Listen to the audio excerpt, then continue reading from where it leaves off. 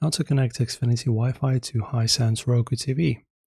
So if you got a new one and trying to get it to Xfinity Grid, whether you're at home with your own gateway or trying to hitch a ride on a public Wi-Fi hotspot, the process has a few hidden steps.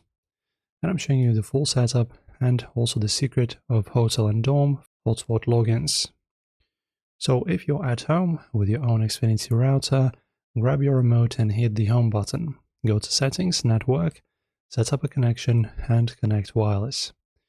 Find your home Wi-Fi name. If you don't know it, just open the Xfinity app on your phone and tap Wi-Fi details to see your SSID and password.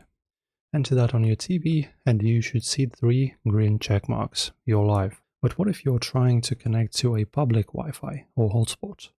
Most Roku TVs don't have a web browser to handle the login page, so they will just say no internet. To fix this, select the Xfinity network, and when the additional authentication screen pops up, choose I am at a hotel or a college dorm. This is the magic button that unlocks authentication bypass. And then once you select the hotel or dorm, your Roku will show a unique network name and also the password. Connect your smartphone to that temporary Roku network. A pop-up will appear on your phone asking you to sign into Xfinity.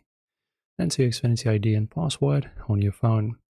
Once you hit sign in on your mobile device, it passes that authorization to your Hisense TV instantly.